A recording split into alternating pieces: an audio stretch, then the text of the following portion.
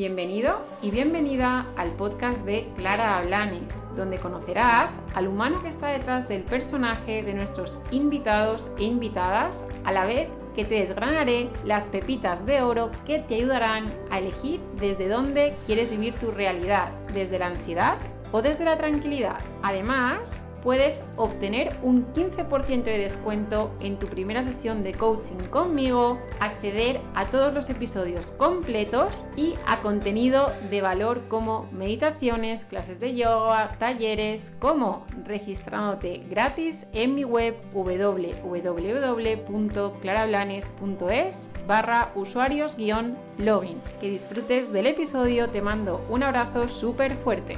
Bueno, bienvenidos y bienvenidas a Ansiada Paz. Tengo el placerazo de estar con una pedazo de profesional que además está muy relacionado con los temas que siempre tocamos aquí, que es el tema del estrés y el tema de la ansiedad. Tenemos a Ana Asensio con nosotras y yo he traído aquí una chuleta porque esto hay que leerlo, ¿vale? Entonces, fijaos, quizá muchos ya las conocéis, ¿vale? Porque ella hace un montón de función divulgativa, sale en televisión. Tiene 25 años de experiencia en todo el mundo de la psicología, la neurociencia, bueno, un largo etcétera. Entonces, fijaos, os voy a leer para quien no la conozca, ¿vale? Y la ubique un poquito más. Ella es, ¿vale? Es psicóloga sanitaria, psicoterapeuta y doctora en neurociencia por la Universidad Católica no Complutense de Madrid. Tiene más de 25 años de trayectoria, es experta en autismo, que ahora nos contarás, ¿vale? Esto un poquito más, y mindfulness, y tiene un máster en atención temprana y lenguaje. Es especialista, que esto aquí nos interesa mucho, en tratamiento de ansiedad, estrés, depresión, que sabemos que está todo muy relacionado. Además es profesora universitaria en la Universidad Alfonso X y es divulgadora, que esto ya la conoceréis por todo esto en medios, y autora del libro Vidas en Positivo, fue tu primer libro en 2020. Ahora tenemos aquí con nosotros Neurofelicidad, ¿vale? Que aquí está muy relacionado con todo el tema, o sea, hablas de, pues eso, de un montón de neurotransmisores, de la felicidad, del estrés, de la ansiedad, bueno, y aquí hay muchísimos tips y cosas que pueden ayudar, es muy práctico. Y bueno, está en camino un nuevo libro, ¿vale? Sí, no, en breve además lo voy a decir. Vale. El 22 de mayo sale Escucha a tu intuición, que es mi Que- nuevo libro. Y o sea, me encanta el viaje, ¿no? Porque, o sea, me encanta ese viaje porque es un libro un poco más, no sé, como, ¿no? Pues, ¿sabes? Podremos luego, si quieres, otro día vengo Mm. a hablar de él, pero en realidad fue una petición especial de la editorial porque me decían que en mis libros siempre aparecía mucho la palabra intuición. Entonces tenían un interés especial y entonces, claro, tú imagínate hacer un libro de intuición. Yo soy Mm. psicóloga, soy doctora en neurociencia, soy sobre todo muy especialista, tú lo has dicho, en ansiedad, estrés y depresión, en crisis personales y luego en otras cosas del neurodesarrollo, pero sobre todo estoy muy especializada en la psicología de la vida cotidiana.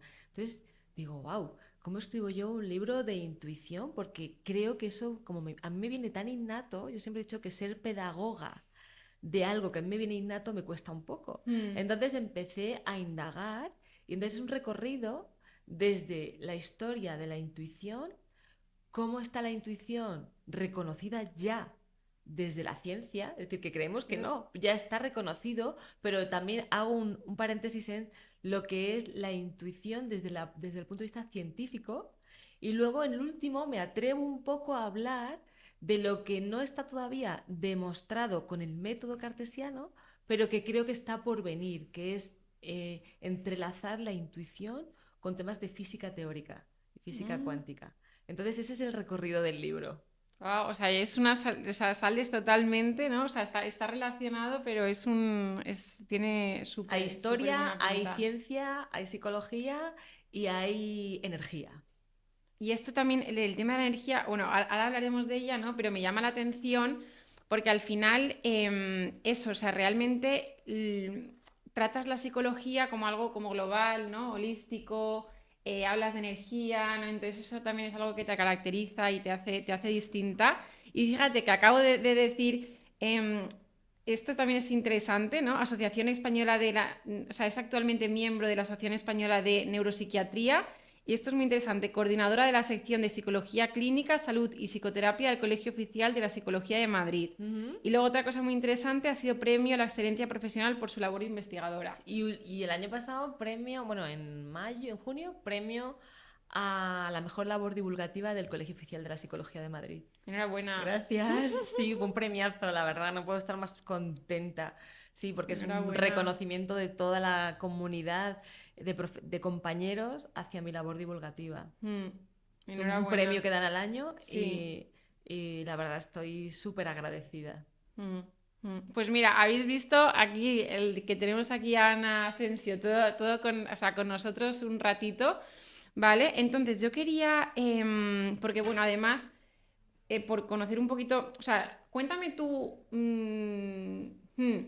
cuéntame tú, después de oír todo esto y, bueno, añadir un poco que, pues eso, que te mueven los valores, la generosidad, el agradecimiento, la bondad, la fe, y que de alguna forma tu propósito es ayudar, ¿no?, a las personas a que sean felices y que te mueves desde ahí y que, bueno, que todo esto como que está muy bien, ¿no? Pero realmente esta primera parte es un poco para conocer esa humana, ¿no? Eso que te impulsa a ir hacia ahí, ¿vale? Que ya hablas también en tus libros, fíjate que hablas de amante del alma, de la razón, de la ciencia, del corazón, y al final el lema un poco que sale investigando un poco sobre ti es que la actitud es el motor, ¿no? Y que con la actitud, pues eso, que todo se puede intentar, ¿no? Todo se puede cambiar con ese cambio. Y tú también, esto no lo he contado, ¿no? Pero sí que, bueno, eres mamá de 4 hijos.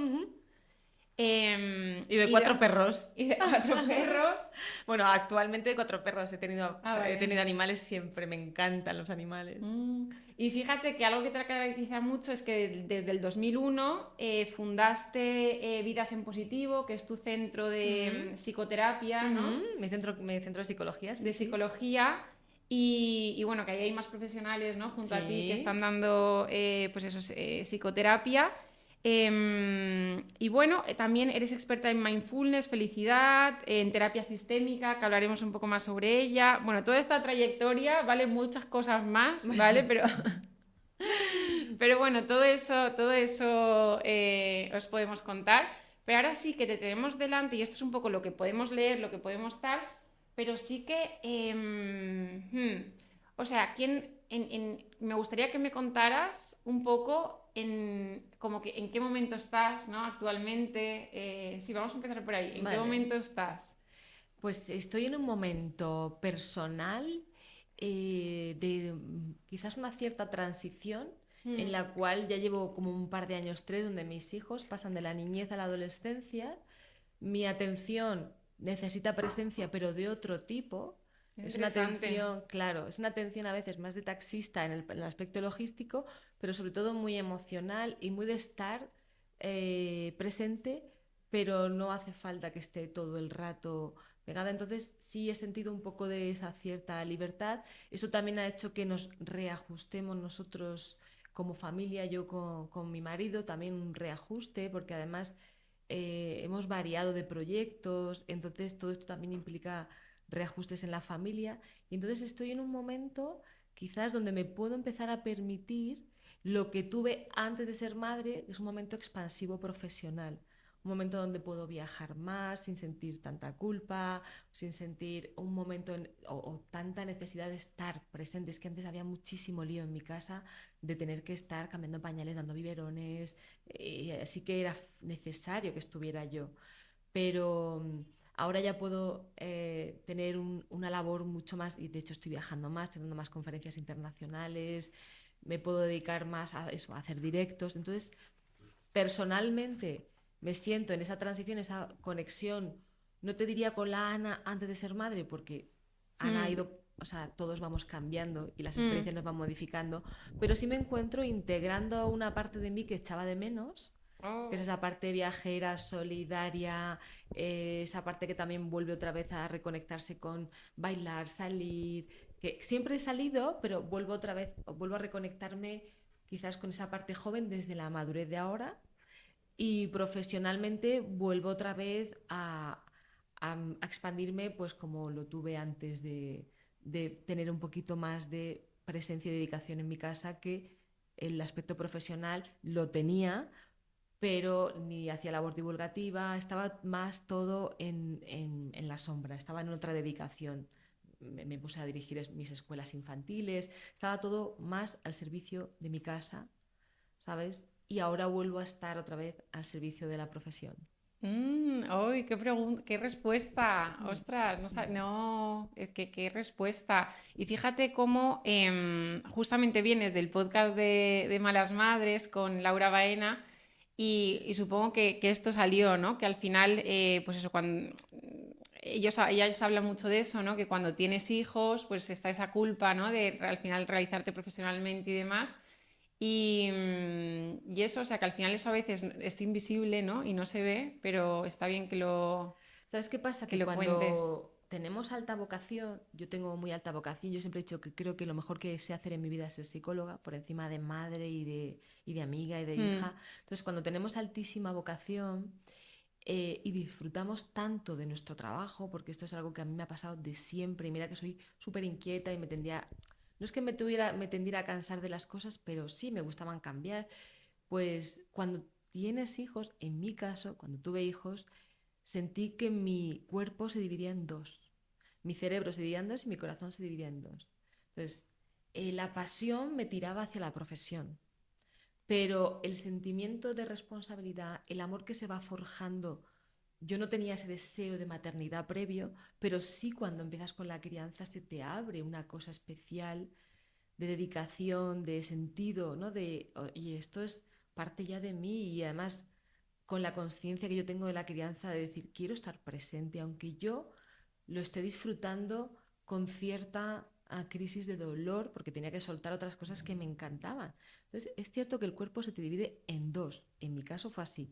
Y luego ya te empiezas a dar cuenta de los millones de roles, te empiezas a dar cuenta que no eres solo novia de tu pareja, ya eres compañera, a veces amiga, a veces enemiga, a veces prima, a veces socia, socibios nos llamábamos mi marido y yo, que éramos socios y novios. Entonces, también ahí hay un rol, el rol de mujer, el rol de profesional, el rol de madre, y luego sigues teniendo roles de amigas, que dónde quedan, o el mm, rol de hija, ¿no? Entonces, te das cuenta que a veces, pues ya de repente ya no vas a tu casa sola con tu hermano y tu padre y tu madre, a estar los cuatro como un poco antes de haber tenido hijo. Entonces, yo eso he intentado tenerlo para seguir alimentando un poquito esos roles que echaba de menos mm. también, que echaba también de menos porque no dejan de ser duelos vitales de los que no se habla y en alguien como yo que soy muy racional porque tengo mucha mente, pero soy súper emocional, los tenía muy presentes y nadie hablaba, ¿no? Todo el mundo es que bien, ya soy madre, sigo, no sé, la tarea, tal, tal, o dejo de trabajar. Y yo era de, me faltan horas en el día, me falta vida para querer hacer todo y además la sensación que yo tenía de si me retiro del mundo laboral me voy a quedar en el ostracismo. Eh, quiero ver a mis amigas, pero siento un poco de responsabilidad barra culpa por irme de mi casa porque dejo un tinglao y bueno, mejor aquí. Entonces todo eso hasta que se ha ido como organizando, ha sido un camino doloroso, bello, amoroso, culpógeno, humano, que sin duda alguna a mí me ha hecho más madura. Yo, si hago unas reflexiones, ¿qué te ha aportado? Yo creo que me ha aportado. Cuando me dicen mejor persona, yo no lo creo en ese sentido. Hay gente que dice que se has hecho mejor persona. Yo creo que a mí me ha hecho más madura y me ha hecho más fuerte. Y me ha dado una dimensión para comprender la vida y asimilar el dolor desde mi propia experiencia y vivencia, no tanto como profesional, sino ya en mis propias carnes. Y esto es lo que puedo decir. En este momento, y fíjate, pues es un momento, ¿no? Porque eso, es como, y a lo mejor alguien se siente reflejada contigo, ¿no? De decir, oye, me vuelvo a conectar, ¿no? Con esa parte que de alguna forma puse en pausa, ¿no? O abandoné, o no sé si la palabra es abandonar, ¿no? Pero sí dejé de prestar tanta atención. Bueno, es que ten en cuenta que yo vivía sola en Madrid, tenía mi colegio de autismo montado, tenía mi clínica montada, mi fundación montada, mi coche, tenía una salud económica buena, era muy libre, trabajaba en mis ONGs, viajaba por todo el mundo, he sido voluntaria en todo el mundo, he viajado por voluntariado y he viajado por placer. Me iba a investigar a Londres, a un hospital, en la unidad de la médula espinal, acerca de dolor crónico con neurociencia. Me iba de repente a Nueva York, a congresos. Entonces, de repente, eso que yo lo disfrutaba muchísimo y tenía un espacio que suena como muy de primer mundo, pero que yo luego me iba a otros mundos a ayudar y luego volví a mi casa, entonces tenía un espacio para mí grande. Y eso cambia, elegido por mí, por supuesto, cambia y cambia de repente y mi casa, la que era mi vestidor, mi despacho, de repente empieza a ser cunas. Claro, el pasillo con cochecitos, muchísimos biberones en mi cocina, una baja de reposo. Me tuve que empezar a derivar pacientes porque no podía atenderlos, entonces lo online no era tan habitual, había algún Skype, pero estoy hablando del año 2009-2010. Entonces, mmm, todo eso, de repente, ritmo de vida, todo eso, Mm. tengo que empezar a posponerlo, porque además enseguida me quedé embarazada del segundo, esto fue también como muy animal, muy instintivo, muy rápido para mí, y posponerlo sin saber, pensando en ese momento que en cuanto yo pariera, esto volvía a lo normal, sin saber en la aventura de realmente y conscientemente que me embarcaba. Oh, esto Sí, es interesante que lo cuentes de aquí. Fíjate, porque ¿dónde queda en tu experiencia personal? Porque en el libro cuentas un poco de esa parte tuya, pues yo qué sé, más autoexigente, más de llegar a todo, ¿no? Más de decías que paliabas un poco los síntomas físicos de a lo mejor podría ser ansiedad o lo que sea, los paliabas con trabajo duro, ¿no? Con excelencia. Entonces, cuéntanos esa parte, porque luego, o sea, como tú como persona, y luego si quieres podemos ir a la parte profesional, pero ¿dónde, o sea, dónde queda, o sea, qué relación tienes tú aquí con la ansiedad o dónde está presente aquí? O sea, ¿realmente en este periodo está presente o mi estaba ansiedad, presente? Sí, sí, sí, o está presente, porque fíjate, yo me reflejo un poco contigo, ¿no? En el sentido de cuando somos personas, pues eso, muy dadas, ¿no? Como al servicio, con mucha pasión por lo que hacemos, perfeccionistas, ¿no? O exigentes, que somos carne de cañón un poco, ¿no? A que eso venga, porque al final no mm, son las exigencias externas, que a mm, veces a mí me ha pasado, ¿no? Cuando las exigencias externas suben, al final mi exigencia interna ya está muy alta, ¿no? Entonces hablabas en tu libro que hay perfiles como que hay de estar atentos o alerta, ¿no? A ver un poquito, decías, es peligroso llegar a esa fase de agotamiento, ¿no? Porque esa fase de agotamiento son papeletas para pues comprar pues una ansiedad, no una tal. Entonces, en esto que me has contado, si es que ¿dónde queda, ¿no? vale. Esa parte. Primero voy a decir que ansiedad probablemente hemos sentido todos desde que somos pequeños, porque conductas ansiosas es muy posible que hayamos visto en nuestra casa. Una crisis de ira en un momento dado de uno de nuestros progenitores, la tuya, un ataque de hambre compulsivo, la búsqueda de alcohol, un agobio sostenido por los estudios, una crisis con las amistades sin saber muy bien cómo acoplarte y sentir esos rechazos.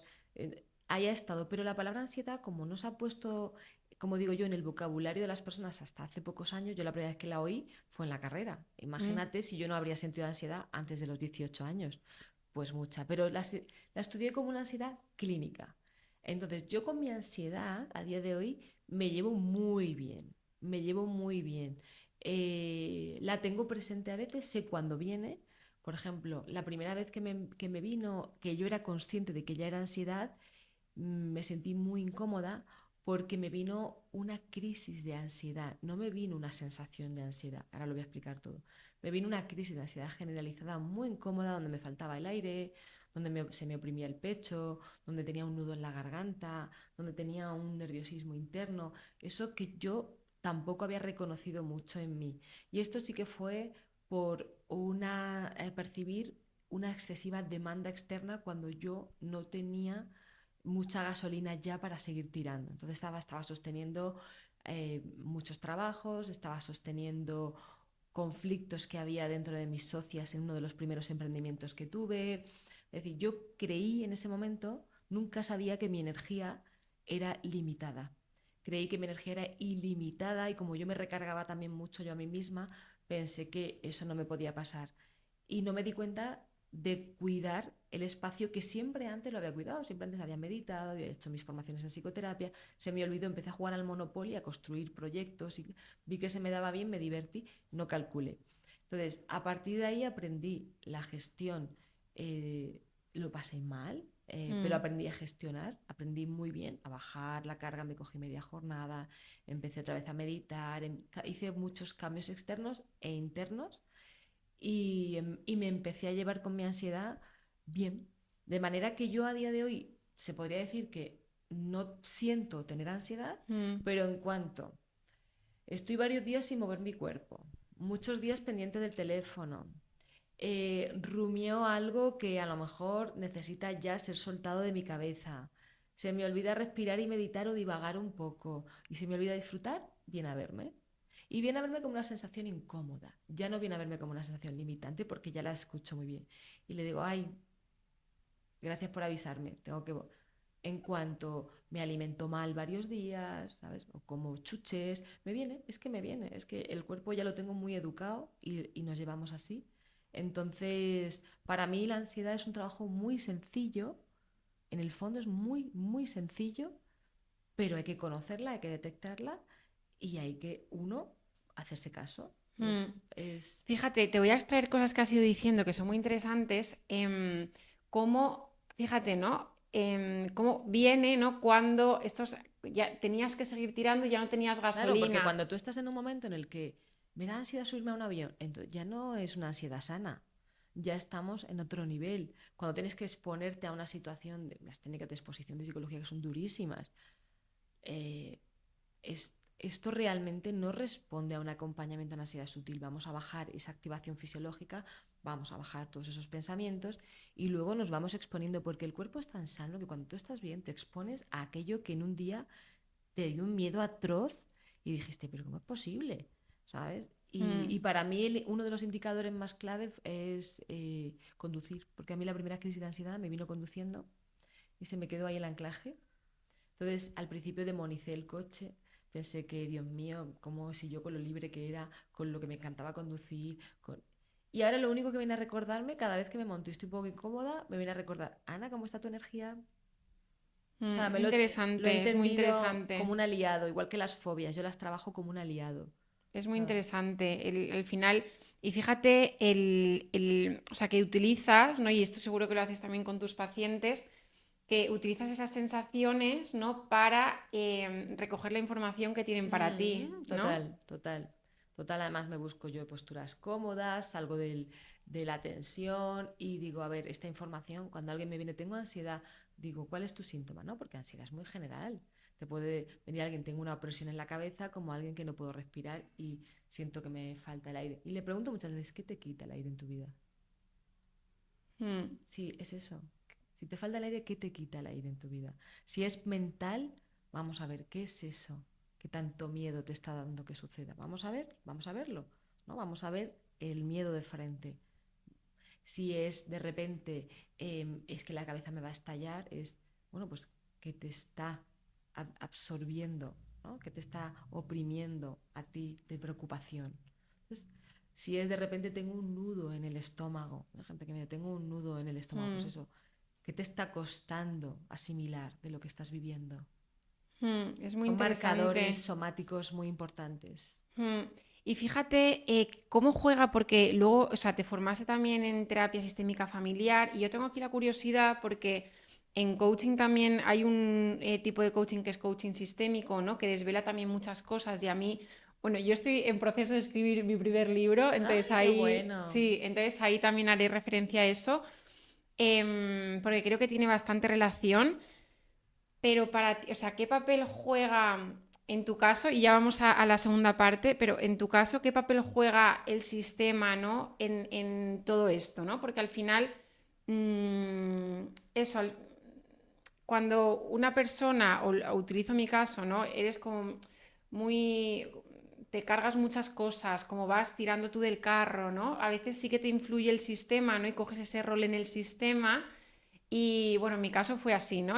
Vale, mi rol en el sistema familiar un poco es ese, el de tirar, ¿no? Y luego ya aprendo a tirar, tirar, tirar, hasta que de repente me viene ansiedad y digo, vale, aquí tengo que reestructurar, ¿no? Entonces, en tu caso, o ya con pacientes, o como me lo quieras contar, ¿cómo influye el sistema en tu, ¿no? en tu modo de relacionarte contigo, en tu diálogo desde chiquititos, ¿no? Ese rol que... Pues influye muchísimo. Ten en cuenta que nosotros somos un organismo compuesto de física, que es nuestro cuerpo, de química, que son todos nuestros procesos internos, tú como farmacéutica lo sabes. Esos procesos internos necesitan de energía, de electricidad, para cambiar la bomba sodio-potasio, el potencial del disparador de la neurona, es decir, necesitan de energía, pero además somos en un contexto determinado, es decir, en una Mm, familia, en un trabajo, en una sociedad, en un mundo determinado, y además cada uno con unas circunstancias determinadas. Es decir, ya luego es encima además las circunstancias. Entonces, no podemos separar esto. Yo no puedo decir, es que cuando hablábamos de actitud, sí, yo creo en la actitud, pero la actitud no es esta es la actitud determinada. No, no, no, no, no, no. Esto es qué es lo que a ti te va a ayudar en este momento.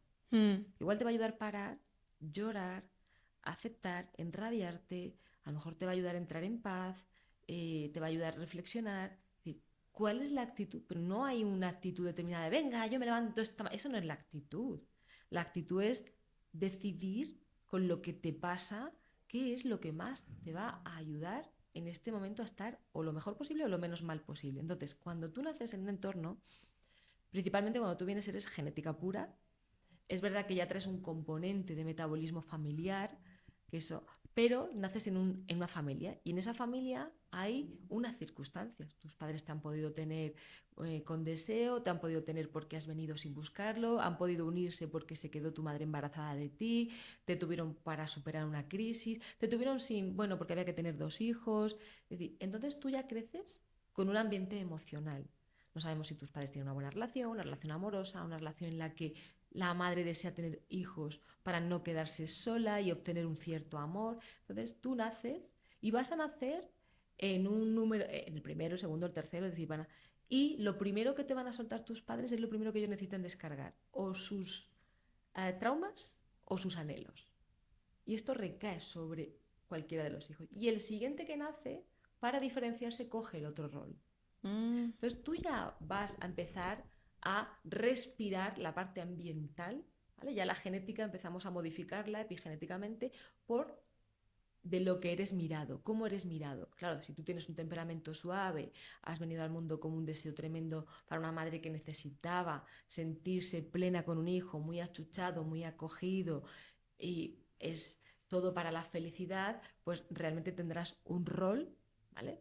Distinto a que si vienes y de repente pues naces con un temperamento fuerte, eres un bebé que inicialmente no eres tan cómodo como uno que está calladito, que pide poco, claro, y de repente a lo mejor naces en una casa con un poquito más de estrés, los padres tienen que ponerse de acuerdo de cara a la educación y entonces empiezan a no llevarse bien, entonces cada uno va aprendiendo un mandato y nosotros somos tremendamente hábiles, porque el ser humano lo necesita, de estar muy receptivos a aquello que se nos refuerza, porque para nosotros la atención de nuestros padres es igual a amor.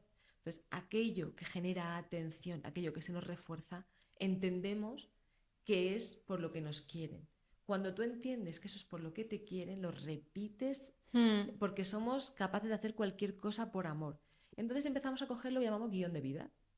Y en ese guión de vida empiezas a desempeñar un papel dentro de tu familia que luego vas a replicar en tu vida y si no eres consciente, ese papel te puede hacer mucho bien ese personaje en un momento dado y te puede dañar muchas veces en otro. Entonces, las personas que son muy generosas, muy empáticas, muy dadoras, muy cuidadoras, probablemente este rol estuvo presente por alguna eh, circunstancia familiar, no tiene que ser ningún trauma, sino simplemente aprendí que esto se me reforzaba, esto se me aplaudía, o es que yo tuve que sostener X cosas en mis padres, o es que mis padres discutían y yo estaba, pues al final yo era madura y ejercía la figura de intermediación, cualquier cosa, o mm. es que tuve que cuidar de un hermano que tenía un problema, o tuve que adaptarme a una circunstancia que había en mi casa, entonces tuve que madurar antes de tiempo, o simplemente no, yo soy la persona rebelde porque todos eran buenísimos y al final pues yo hacía trastadas, me regañaban y seguía haciéndolas. Esto era mi reforzador, fui la oveja negra.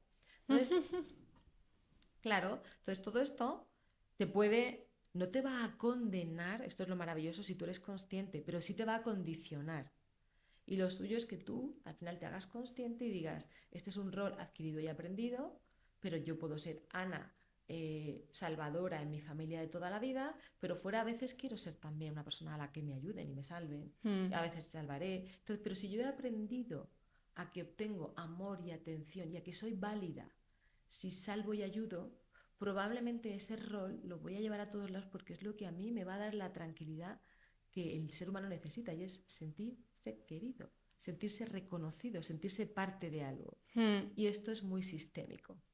Sí, fíjate, o sea, wow, me has dado muchas, fíjate ese rol salvador, ¿no? Ese rol de tirar, ese rol de tal. ¿Qué pasa cuando, vale, imagínate, tú, esto lo llevamos primero, o sea, esto lo vemos también en coaching así, ¿no? Como que lo llevamos como una parte inconsciente, que al final no sabemos muy bien, y luego cuando empiezas a tener como síntomas tal y cual, dices, oye, a ver qué pasa, ¿no? Entonces revisas un poco en qué rol estás, ¿no? Y aquí es donde viene la magia de decir, vale, en qué rol estoy y en qué rol me gustaría estar, ¿no? Y ahí como adulto ya decides, ¿no? Que esto lo hablamos mucho en las sesiones, y ya decides, vale, pues estoy aquí, justamente estoy, imagínate, y ya me meto un poquito, pero imagínate que yo soy la hermana pequeña y estoy como hermana mayor o estoy como, entonces dices, vale, pues yo quiero estar, ¿no? Como hermana pequeña, ¿no? Como Entonces, lo que también me ha correspondido, claro. claro, entonces fíjate que ahí empieza el cambio, lo único que el reto para mí es... claro, porque esto es como de muchos años, ¿no? Entonces, aunque tú quieras hacer consciente de, vale, cambiar el rol, ¿no? Ahí hay unas, o sea, realmente es cómo lo hacemos, ¿no? O sea, cómo lo hacemos, y sé que esto es como más personal, ¿no? Y se tendría que ver más en cada caso, pero imagínate que tú tienes un rol y te das cuenta que quieres a otro, o sea, esos patrones, ¿no? ¿Vale? Inconscientes, Se puede ¿cómo? cambiar perfectamente porque tenemos mucha neuroplasticidad y tenemos una parte de cambio epigenético brutal. El caso es, si a ti te ayuda tu sistema a ese cambio, Hmm, es decir, tus padres de, pues tus padres, tus hermanos, pues va a ser mucho más fácil y además será sanador para todos. Pero eso suele es ser muy muy interesante. difícil porque suele haber mucha resistencia y sobre todo si tu papel y tu rol estás sosteniendo muchas cosas y genera incomodidad tu cambio. O sea, decir, no aporta nada, van a pensar, es que se te ha ido la pinza, o es que, ¿qué te pasa? O entonces lo van a rechazar, es decir, cuando no se ponen en el papel maduro que se tienen que poner los padres, de yo, el yo adulto maduro, de decir efectivamente y abren los ojos también con conciencia y con trabajo personal, esto a veces cuesta. Entonces, lo más recomendable es que la persona, no, yo no recomiendo el contacto cero con la familia de origen porque creo que es muy doloroso, pero sí recomiendo que la persona haga un uso inteligente de salir del sistema, ensayarse en otros roles y cuando vuelva al sistema que tenga mucha conciencia y que sepa que a lo mejor va a tocar estar de observador mirando un rol que ha ocupado siempre, donde podamos respirar, como digo yo, si es muy tóxico ese rol, lo puedas respirar una dosis que tú puedas tolerar, la dosis que puedas tolerar. ¿Sabes? Y te vayas saliendo y vayas entrando de manera que seas consciente sin tener que perder la relación total con tu sistema, porque esto a veces también es peor, nos hace más daño. Entonces, sí se puede tener salud con conciencia. Sí, claro que se puede. Qué fuerte. O sea, nunca habíamos tocado el tema de sistémico, o sea, y cómo te ayuda, ¿no? Cómo te afecta un poco a tus niveles de ansiedad y a tus niveles de estrés y demás. Y yo creo que nos has dado eso, o sea, recojo aquí un poquito. Una opción es que de alguna forma tu sistema te acompañe en el cambio Claro, y que eso sea sanador para todos, que eso sería claro, en brutal. mi caso fue así, ¿no? Mis padres empezaron a meterse en el desarrollo personal, empezaron a comprender muchas cosas y me animaron a mí a que me metiera en el desarrollo personal. Entonces, cuando yo empecé a hacer mis cambios, ellos estaban muy predispuestos, Receptivos. muy predispuestos a la reestructura. Entonces, esto fue maravilloso para todos. Pero muchas veces esto no pasa, ¿no? Y entonces son personas que a lo mejor incluso hay gente, voy a poner ejemplos a lo mejor más extremos, pero el otro día tenía una paciente que es un chico trans, ¿no? Y yo creo que su familia no lo va a aceptar, no lo acepta, no lo aceptará jamás, vive con mucho dolor. Yo creo que este caso, por ejemplo, será quiere vivir como chico fuera, tiene que ser chica en casa, frente a un rechazo, y además lo han patologizado, es decir, en vez de ver lo que sucede realmente, lo que han visto es que tiene que si tics, que si síndrome de intestino irritable. Entonces, yo creo que al final este chico acabará viviendo lejos, en otro país, es una excusa muy buena para poder crear una nueva identidad tuya, lejos de tu sistema, de manera que no te enfades, pero tengas una excusa que pueda justificar la distancia, donde elabores otra vida y puedas venir a tu lugar de origen con dosis para no perder esa, pero con ese dolor de que esto no cambia y no ha cambiado. Se me quiere, pero con condicionantes. Y cuando se nos quiere con condición es muy duro, porque el amor tiene que ser incondicional Mm, y con condiciones no. Entonces, mm. aunque los padres no te entiendan, es importante que hagamos un esfuerzo por abrir la mirada, sobre todo desde el amor. No te digo con esto que digamos, venga, que mi hijo es toxicómano, ala, venga. No, es que creo que es lo mejor para mi hijo, apartándome yo también. Pero esto es muy complicado hacerlo, porque a veces que los padres pensamos que lo mejor para nuestros hijos es nuestra propia visión, y ahí donde está el crecimiento personal, ¿no? Entonces mis padres fueron generosísimos, y aún así yo todavía a veces, como digo yo, bueno, mi padre ya no vive, pues a veces todavía voy a mi casa y es muy fácil a veces volver a Volver. ese rol, sí, volver un poco al rol donde Ujú. soy sostenedora, escuchadora y tal, y bueno, durante un día, dos, tres, pero luego hay un punto en el que yo ya empiezo a notarme, ¿no? Esos síntomas que dices tú, y ya sé que es mi momento de retirada, ¿no? Porque esto no quita que yo amo a mi familia con locura, pero hay veces que te da más paz una cierta distancia, ¿no? Y hay veces que no, que estás muy a gusto en presencia. Entonces, esto también es importante, acogerlo, abrazarlo, aceptarlo y normalizarlo. Y es muy curioso porque muchas Porque psicólogas... Sí. se puede querer desde ahí, ¿vale? Que es importante. Es decir, les tengo amor, pero tengo unas dosis, porque a partir de aquí nos confundimos, ¿no? Volvemos al y entonces es importante saberlo y ya está.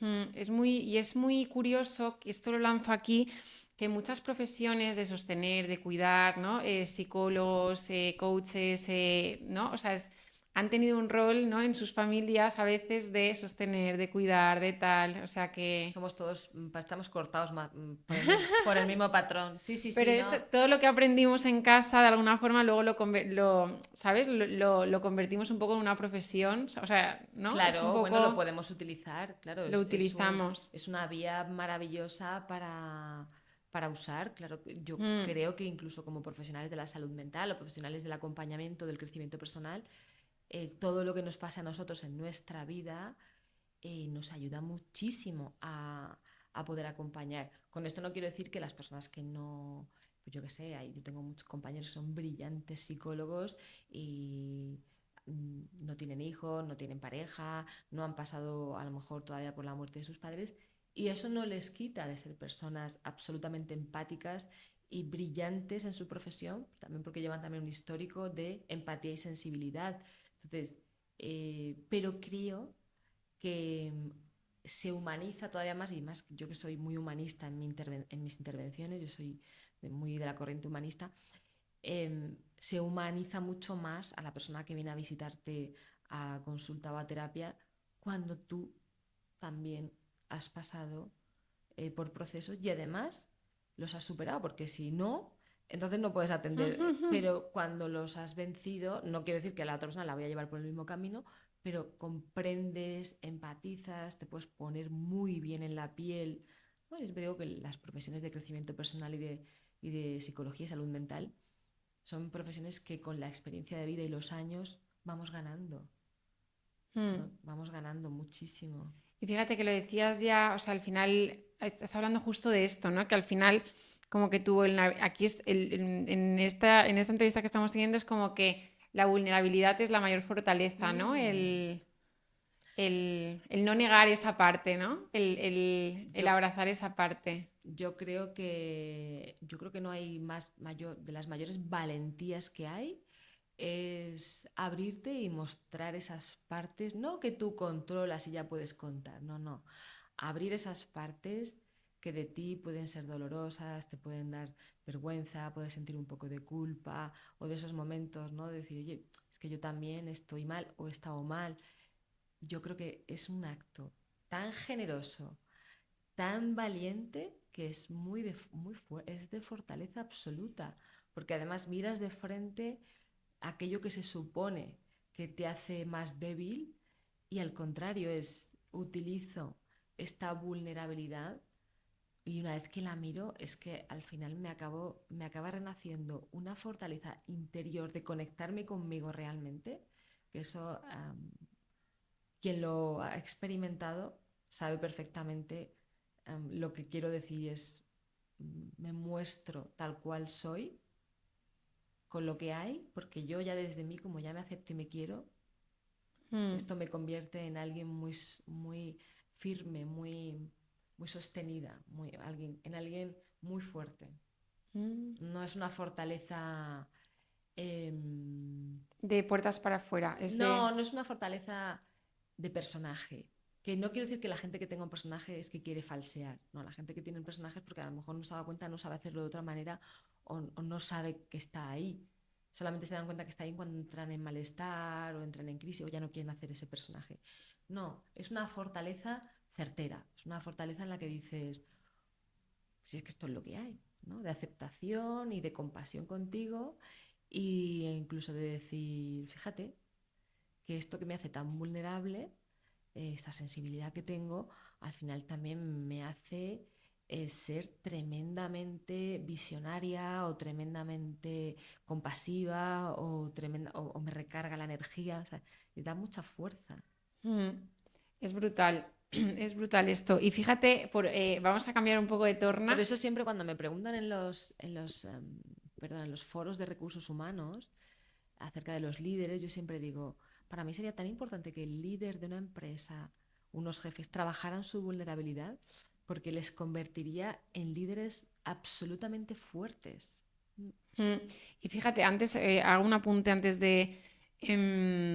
o sea, así, sí, hablando ya de, o sea, desde aquí, fíjate cómo la ansiedad, o sea, la ansiedad es un llamamiento o es una conexión, o sea, para mí no es un llamamiento a, oye, tú también eres vulnerable, ¿no? Oye, tú también tal, ¿sabes? Permítete, como para mí para la ansiedad, para cada uno tiene un mensaje, ¿no?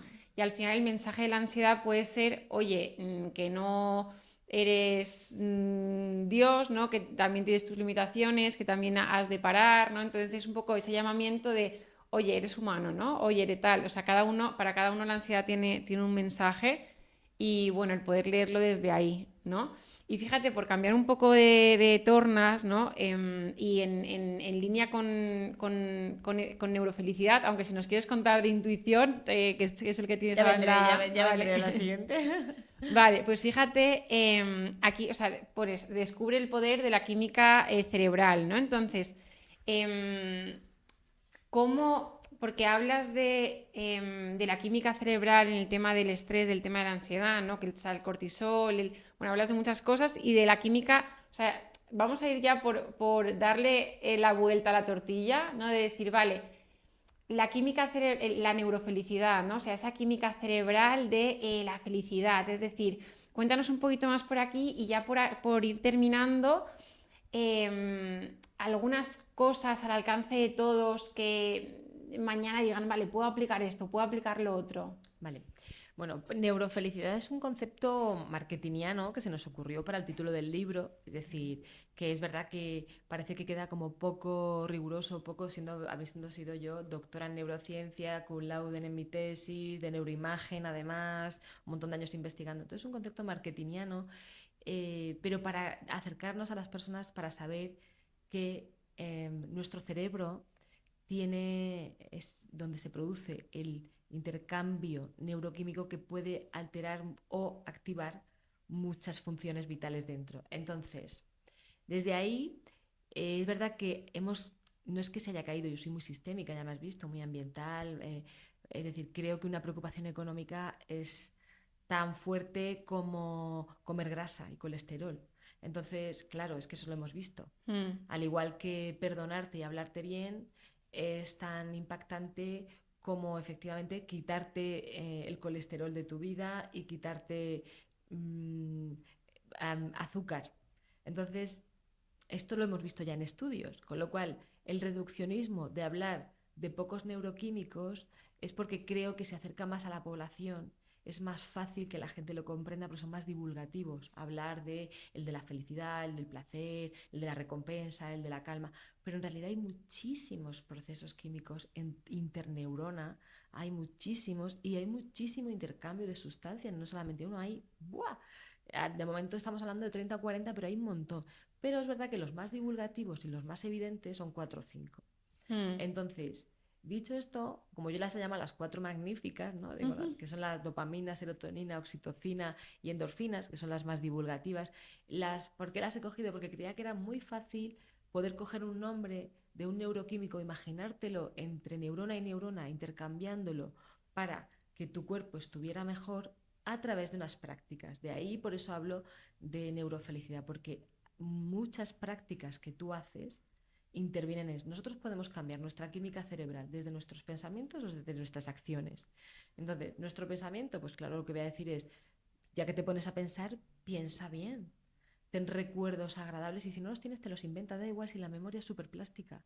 O sea, la memoria es lo más inventado que tenemos. Algo que te vi. Es que somos lo que nos han contado que nos pasó, con lo que nos pasó, con algo de mi cosecha que he añadido y con la sensación que le quiero poner en ese momento. Es decir, tenemos un teléfono roto en la memoria brutal. Entonces, con lo cual, también es muy importante. Y ojo, que aquí nadie de trauma se me enfade. Es decir, cuando tú tienes un trauma, eso ya no queda en tu memoria, queda en la memoria emocional del cuerpo. El cuerpo es el que no miente nunca. Pero la cabeza, si la cabeza es la loca de la casa. O sea, no llevada por un buen camino, el pensamiento, si es que la mente es así, la mente es divagante. Entonces, prácticas. Si te pones a pensar, pues piensa bien. Pero puestos a estar, piensa menos. Entonces, para mí la respiración es una de las medicinas de la vida, por todo lo que conlleva, porque relaja el sistema nervioso, porque ralentiza la actividad alterada del nervio vago, porque baja los niveles de cortisol, porque te lleva a estar en una actividad eléctrica cerebral que te provoca mayor atención, porque puedes estar más atento, aprender más, porque te ayuda a poder observar, es decir, porque oxigena tus tejidos, porque te tranquiliza. Entonces, la respiración, pero no la respiración un día en la crisis, no. El entrenamiento en respiración diario, es decir, todos los días me siento y respiro atendiendo al aire que entra por mis fosas nasales durante 10-15 minutos. Y esto, por ejemplo, evita muchísimos ansiolíticos. Otro, claro, prácticas amables. El amor, pero ¿dónde está el amor? Pues la escucha. La escucha para activar la oxitocina, la escucha sin juicio, el abrazo, el tacto que automáticamente en cuanto estamos 6-8 segundos empieza el cortisol a bajar y si ya llegamos a 20, es decir, un abrazo, el oler a alguien a quien queremos, el olfato, que no El procesa, contacto el físico. contacto, claro, es que no es casual, si es que ya lo decía Virginia Satir, que ella es una investigadora del apego, que necesitamos de 12 a 14 abrazos diarios para estar emocionalmente con una sensación de cercanía y apego estable. Pues claro, tú dices, nosotros los adultos no estamos ahí, lo podemos sustituir por miradas, escucha, amabilidad, pero los niños pequeños, si te das cuenta, están siempre encima de alguien, no se Sí, abrazan como tal. sí. Claro, buscan el contacto. Si eso es muy humano. Dices tú, ¿por qué buscan el contacto? Porque va en nuestra impronta. ¿Por qué imitas? Porque va en tu impronta. ¿Por qué te acompasas con los gestos de alguien cuando estás un rato y es interconectado? Porque somos pegajosos, porque tenemos neuronas en espejo, porque nos contagiamos, porque no, estamos hechos para mimetizarnos, porque nos necesitamos. ¿Y cuánto Porque daño yo soy hace? yo cuando estás tú. Si no estuvieras tú, este podcast yo no existiría. Entonces, para mí es muy importante que tú estés porque si tú estás, yo existo. Pues esto para todo. Si tú estás, yo existo. El ser humano es así. Entonces, todas estas prácticas, pues yo qué sé, el deporte. ¿Por qué? porque genera endorfinas, porque genera factores neurotróficos, tus neuronas se intercambian más sustancias químicas y eso es mejor para tu cuerpo. Pero si no quieres hacer deporte, pues baila, muévete. Tu cuerpo está hecho para que te muevas y está compuesto, el cerebro por el 80% son neuronas motoras y el resto son neuronas sociales. Entonces, es importante que tengamos estos hábitos. Luego, la dopamina, pues efectivamente, la de la recompensa, ¿no? Se le ha llamado el placer, pero en realidad es la de la anticipación de una recompensa. El mercado ya ha descubierto que la dopamina se puede consumir, ¿no? Pero también la puedes consumir internamente. ¿Cómo? La puedes Con generar. reconocimiento interno, celebrándote tus logros, haciendo cosas que disfrute. La serotonina, que se le llama de la felicidad, no, de la felicidad son todas, pero sí interviene muchísimo en la estabilidad emocional. Y esto un poco lo hemos deducido por los inhibidores de la recaptación de la serotonina, es decir, por los medicamentos, un tipo de Mm. medicamento antidepresivo. Entonces, ¿qué pasa? Que la serotonina te da estabilidad emocional. ¿Cómo la cogemos? De fuera. No se puede coger, se sintetiza dentro, con sol, con vitamina D, con recuerdos bonitos. Pero como no comas triptófano, le va a costar mucho a tu cuerpo. Entonces, no ¿Qué es, lleva triptófano? entonces no es casual que las grandes prácticas dichas por Hipócrates y por de toda la vida, es que yo no estoy inventando nada nuevo, o sea, dormir, moverte, ¿sabes? Comer bien y tener buenas relaciones sociales.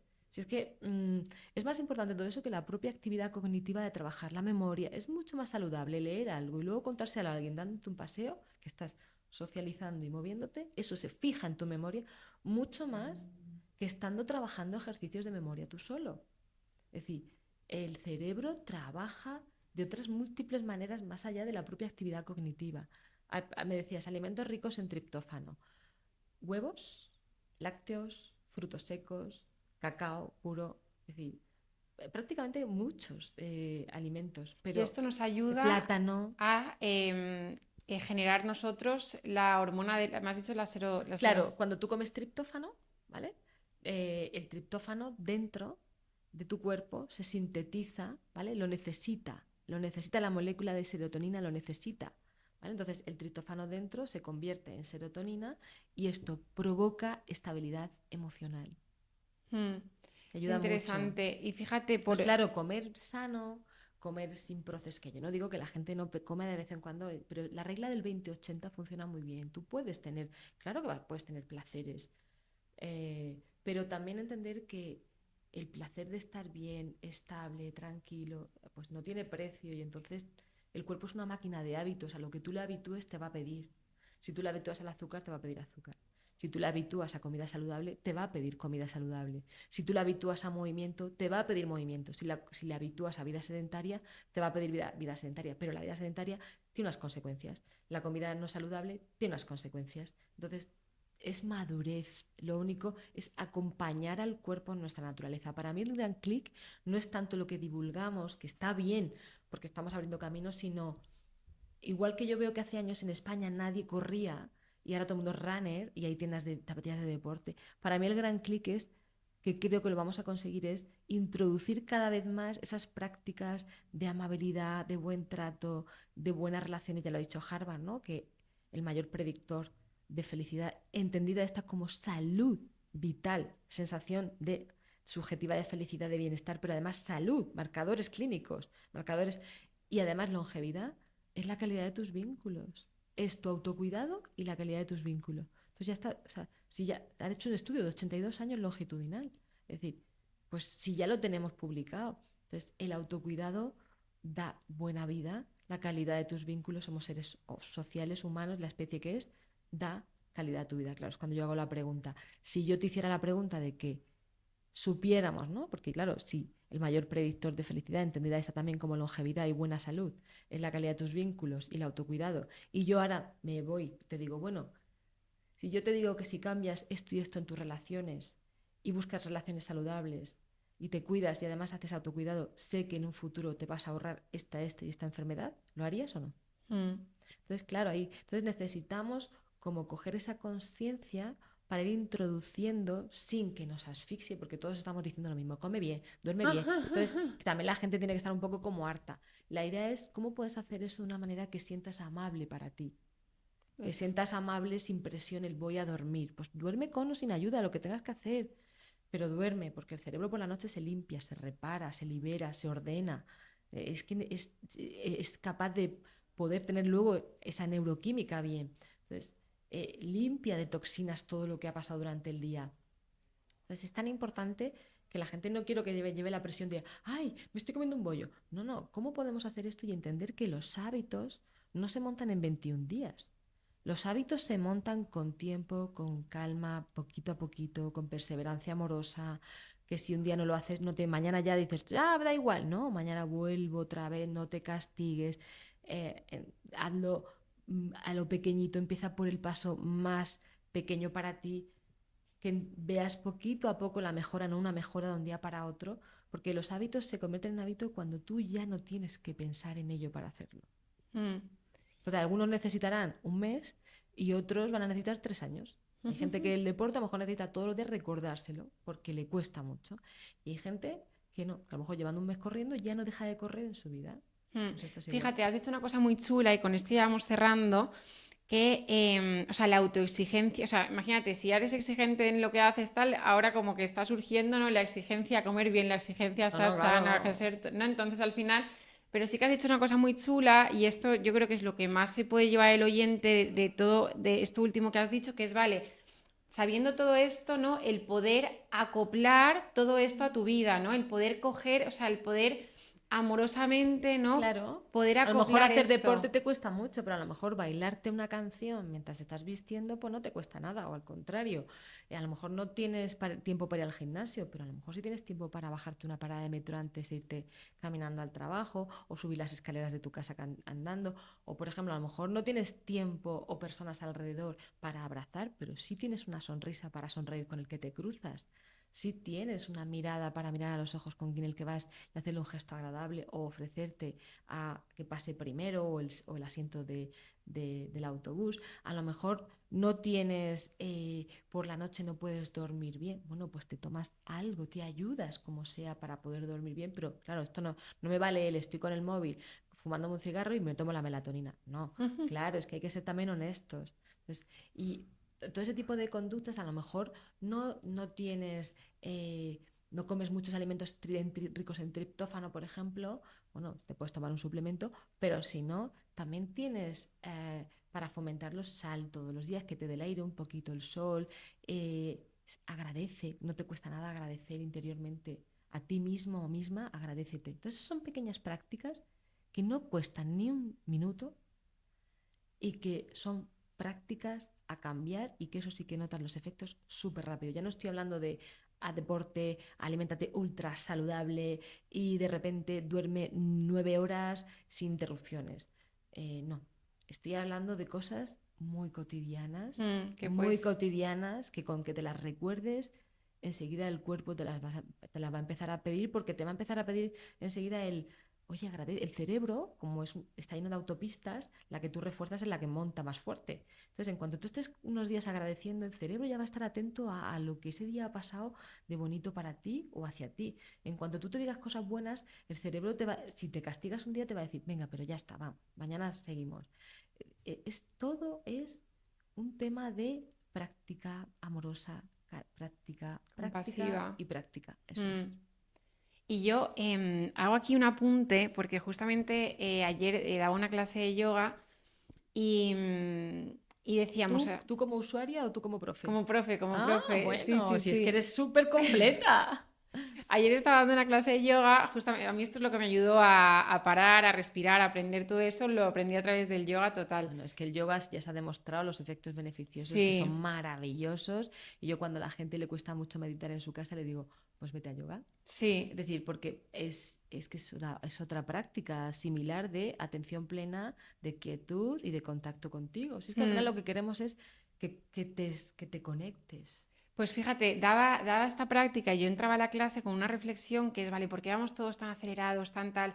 Y yo llegaba a la reflexión de que es como que todos queremos no quedarnos atrás, queremos estar como aceptados, ¿no? Queremos estar, entonces como el mundo como va rápido, entonces nos forzamos, nos desconectamos un poquito de nosotros para adaptarnos un poquito a esa velocidad del mundo sin darnos cuenta que realmente cuando yo les decía, oye, qué necesarios son estos espacios, incluso para mí cuando yo estoy dando la clase, para mí, o sea, es sanador, ¿no? El dar la clase también. Te digo, qué necesarios son estos espacios porque salimos de ese querer encajar, querer ir rápido como todo el mundo, querer ser eficiente, querer ser productivo. De repente, esos espacios, o sea, tomarte licencias, espacios de decir, vale, me lo tomo, o sea, esto es un paréntesis, ¿no? Me olvido del mundo, me centro en esto y luego salgo totalmente de otra forma. Ya sales y ya te da igual esa carrera, no te, o sea, un poco Claro, el salirte un poco de la carrera y que en la carrera te puedes salir, puedes beber agua, puedes tomarte un plátano y luego seguir a la carrera, hombre, ¿no? claro. Pero eso es... Esas pequeñas paradas de paro un segundo, me voy, doy unos pasos, me tomo un plátano, vuelvo, que no tenemos que ir apretados. Yo siempre digo, por favor, una cosa por vez. La multitarea nos quema, una cosa por vez. Y para mí, a mí me gusta, decías tú lo de el apretarse, a mí me gusta mucho el poder hacer alguna actividad en slow. Me lavo los dientes un poco a cámara lenta, es decir, voy parando porque tenemos que nosotros, la responsabilidad que tenemos es decirle al mundo que no queremos ir tan rápido, porque no está nuestro cuerpo ni nuestro cerebro diseñado para eso, nos está generando mucho malestar. Entonces, me ha gustado mucho tu reflexión y el espacio de poder estar ahí en contacto y bueno, hacer esas prácticas, ¿no? Y la Sostener. agenda, ¿no? La agenda sobre todo, porque al final también hablábamos en el episodio anterior, ¿no? De decir, vale, o sea, yo creo que se va a empezar a poner de moda, ¿vale? Ahora es como que se ha puesto de moda el tener una agenda súper apretada, ¿no? Y ahora cada vez hay más gente diciendo, si es que No, no, no. lo chulo es poder, o sea, poder vivir teniendo una agenda ligera y no voy a ser mejor por tener una agenda más apretada, igual justo al revés, ¿no? Y hablaba ayer con una chica en la clase, o sea, en la clase, que me decía, ella es cámara, o sea, está en las películas, no es actriz, pero está detrás, no sé cómo se llama, cámara, Pues no era sé, realizador, sí, cámara. realizador. Entonces ella me decía, es que, o sea, yo quiero hacer este proyecto y ya, si puedo no trabajar en 2 meses y estar, ¿sabes? O sea, que Ya. yo creo que está cambiando un poco Sí, ese paradigma, yo creo que ese paradigma va a ayudar mucho. sí, hubo un momento ahí de super hiperproducción que creíamos que eso era lo esencial y las consecuencias sobre la salud mental han sido devastadoras y entonces estamos Mm. retrocediendo y estamos también aprendiendo a utilizar las nuevas tecnologías, es decir, en vez de estar a esa velocidad, súper pendiente, súper obligado, súper...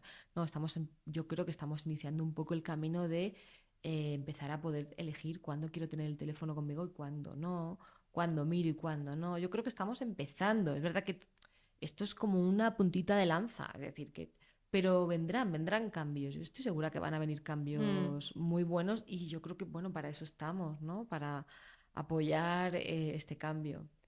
Y Y tener paz, ¿no? Que al final lo que queremos todos es tener paz, estar bien, estar tranquilos o estar lo menos mal posible. Que es que esto estamos hablando incluso desde un estado basal donde no te ha pasado nada. Porque es que si a esto le sumas que tienes un hijo con un problema, que se te ha muerto alguien, que tú tienes una enfermedad, que tu pareja la tiene o que tienes un problema laboral, pues claro, es que estás sumando otra sobrecarga.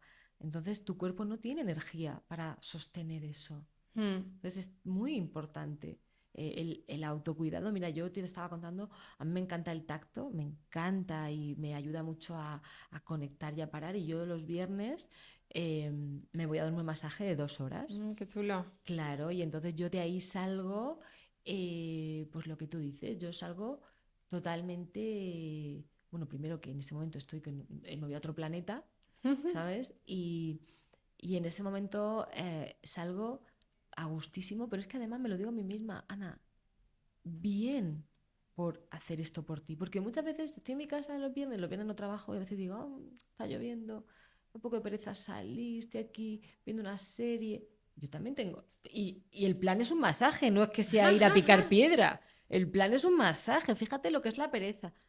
Y digo, no, me voy a ir, porque además es que luego me alegro tanto. Entonces, eso, ahora estoy con la temporada de masaje, pero a lo mejor luego llega otro momento que la temporada de los viernes es de irme a hacer paseos por la montaña. Es decir, esas labores de autocuidado son poderosísimas para nuestra salud mental, muy poderosas. Y así para terminar, el último regalo que te doy, que bueno, me lo has dado tú, ahora te lo voy a dar yo a ti, ¿vale? Te quiero dar un regalo, entonces fíjate dónde te ves, y esto ya para ti, ¿no? Pensando como abriendo aquí una ventana, porque a veces como los profesionales, ¿no? Estamos como muy dónde se ve el otro, ¿no? Dónde quiere estar, cómo se quiere sentir bien, ¿no? Y ahora te lo pregunto a ti, de decir, vale, en, en, en 5 años, ¿vale? ¿Cuál sería, o sea, dónde te verías, y luego si quieres hacemos una pequeña visualización con eso y yo invito también al que está escuchando a poder hacerla.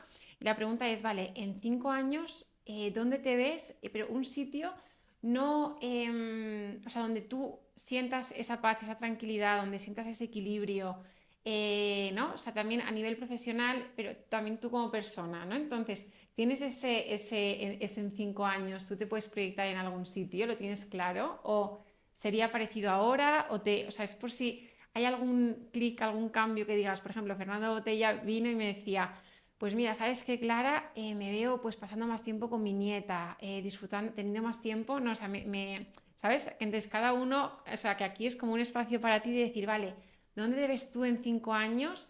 Que tú puedas estar, no sé, que te sientas ahí como en el centro, que te puedas dar un regalo. Pues mira, me encanta la pregunta y luego también el matiz que le has dado, porque yo siendo más joven siempre he trabajado mucho con la visualización y entonces visualizaba deseos de cosas para hacer. Entonces, cosa que quería, la llegaba a construir y a conseguir. Pero en alguna ocasión esa cosa tuvo muchísimos inconvenientes y aún así yo lo conseguí, que dejándome salud por el medio. Entonces hace tiempo que dejé de visualizar cosas en concreto, hace bastante, y yo solamente visualizo seguir a mi intuición, seguir, Oh. sí, seguir estando en contacto conmigo para saber cuál es el camino que me lleva a la cosa que en cada momento necesito estar. Entonces yo me visualizo siendo la persona sabia que tengo dentro, que me guía. No digo sabia por Sí, digo esa sí, sabiduría que todos tenemos. No digo que yo sea sabia, sí, sino sí, sí. esa siendo haciéndome caso a esa sabiduría interior y estando en el lugar, y cuando yo esté ahí, si es un lugar agradable, disfrutarlo, y si es un lugar más incómodo, que tenga la templanza y la fortaleza de poder sostener el momento. Vale, pues mira, fíjate, vamos a hacerlo también con el oyente, ¿vale? ¿Te Mm. apetece? ¿Quieres? Hacemos Mm. unas... Vale, pues cerramos un poquito los ojos, ponemos las plantas de los pies en el suelo. Y ahora yo al oyente le animo también a poder hacer esta práctica. Si estás escuchándonos, quizás puedas en el coche, pues quizás puedas hacerlo en llegar a casa. Y te voy a invitar a que inhales por la nariz y respires. Y que te lo tomes como un regalo, como algo que es para ti. Conecta con tu respiración, plantas de los pies en el suelo, el mentón recogido. Y respira. Inhala por tu nariz. Y exhala por la nariz. Lo hacemos 3 veces más. Inhala por tu nariz. Y exhala por la nariz, un poquito más largo. Inhala. Y exhala.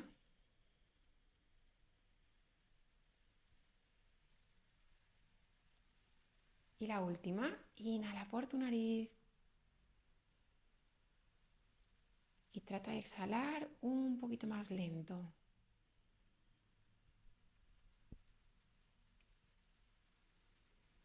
Bien, y te voy a pedir que sigas en contacto con tu respiración y que con cada exhalación quizás sueltes un poquito tus hombros, sueltes cualquier tensión, cualquier alerta, lo sueltes. Y no hay nada a donde llegar, no hay nada que conseguir, simplemente estar aquí presente, respirando.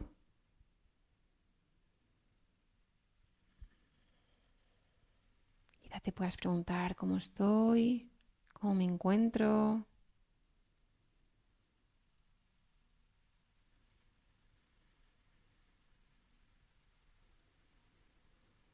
Y quizá puedas conectar con esa parte sabia tuya que está dentro de ti.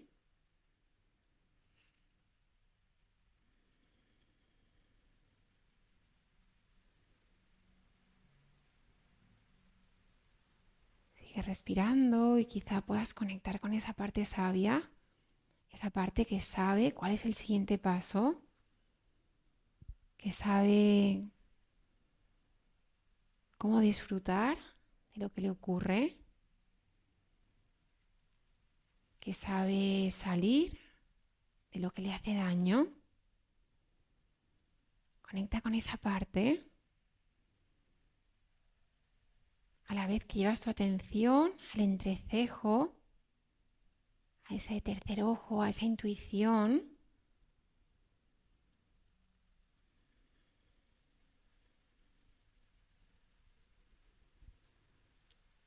Y permite que esa parte te hable si tiene algo que decir. O quizá puedes decirle tú algo a esa parte, le puedes pedir guía, le puedes pedir sostén.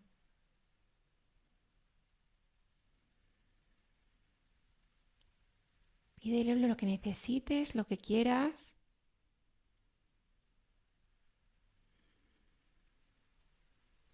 Llame cuando lo necesite. Mantente conmigo. Estamos juntas.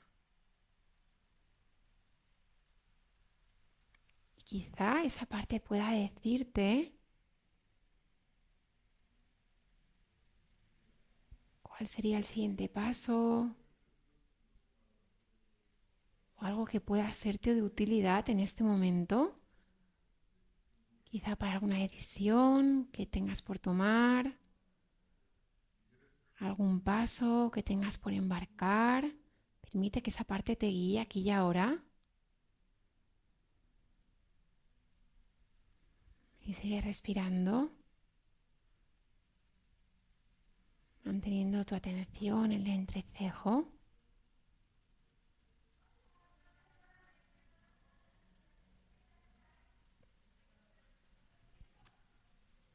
Respira 3 veces más aquí, permitiendo que te llegue cualquier mensaje. Si no llega ahora, no pasa nada. Puede llegar más adelante, en algún momento que estés en calma, tranquila. Ya has sembrado la semilla, esa conversación con tu intuición.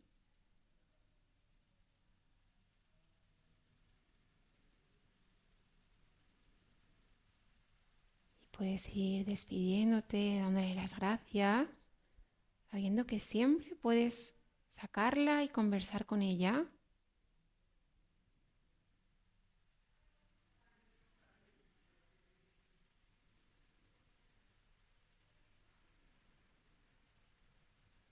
Y poco a poco, volviendo a llevar la atención a tu respiración. Puedes mover los deditos de los pies, de las manos.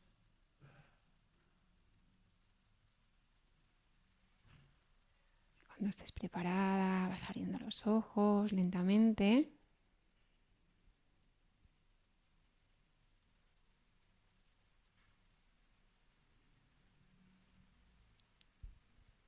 Y ya vamos volviendo.